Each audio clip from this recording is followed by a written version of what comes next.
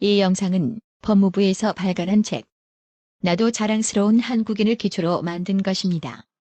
책은 총 14개 장으로 구성되어 있는데 이번 영상에서는 제8장, 통일의 필요성에 대해 살펴보겠습니다.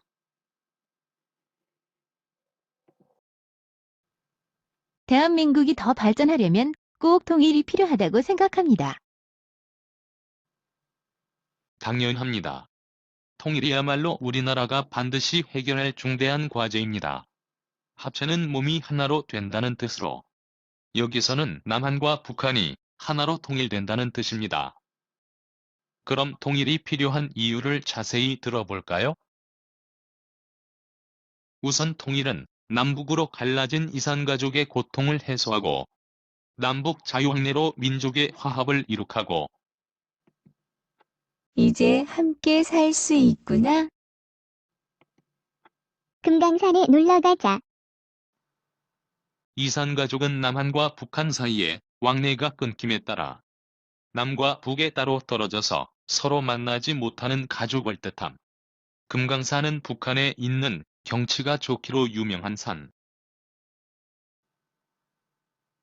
전쟁의 위협으로부터 벗어나 개개인이 자유롭고 평화로운 삶을 향유할 수 있게 합니다. 서로에게 총뿌리를 들이대던 고통스러운 나날이 끝나는 것이죠. 이제 정말 안 싸워도 되는 거예요? 또한 통일은 소모적인 경쟁과 대결로 지불하고 있는 자원과 민족적 역량의 낭비를 없애 그 힘을 선진복지국가 건설에 쓸 수 있습니다. 둘이 합치니까 많네. 남한 인구 5천만 명에 북한 인구 3천만 명을 더하면 전체 8천만 명이나 됩니다. 남한은 자본과 기술, 북한은 인력과 지하자원이 풍부합니다. 이에 따라 군사비 감소, 자연자원과 인적자원의 상호 보완적 활용 등 규모의 경제에 따른 이득 확보로 비약적 발전을 기대할 수 있기 때문이죠. 휴전선 넘어 프랑스 파리까지. 야호! 신난다. 규모의 경제. 나라의 경제가 작을 때보다는 클 때가 생산성 등 여러 가지 점에서 이롭다는 것. 그러면 통일은 어떤 방식으로 이루어져야 하는 걸까요? 크게 5가지로 말해보면 첫째, 통일은 평화적인 방법으로 이루어져야 합니다. 지난 세기, 전쟁으로 얼마나 많은 고통을 당해야 했습니까? 이제 통일은 평화를 바탕으로 장기적인 합의를 도출하여 부작용 없이 이루어져야 합니다. 부작용 없이 치료해 주세요. 둘째, 국민적 합의를 바탕으로 투명하게 추진되어야 합니다. 거기 있는 거 다 압니다. 어떻게든 통일만 되면 된다는 발상은 또 다른 차별과 폭력을 부를 뿐입니다. 내 밑으로 들어와. 우이씨. 셋째, 통일에 대한 체계적인 준비를 해야 합니다. 차근차근 꼼꼼하게 70년간 떨어져 있던 체제를 합친다는 것은 많은 시간과 돈과 노력이 필요한 것입니다. 어떻게 가지? 쉽지 않아. 넷째, 우호적인 통일 환경 조성을 위해 주변국과의 협력을 강화해야 합니다. 전 세계의 이해와 박수를 받는 통일이 되어야 우리나라의 미래가 밝습니다. Congratulations. 축하해요.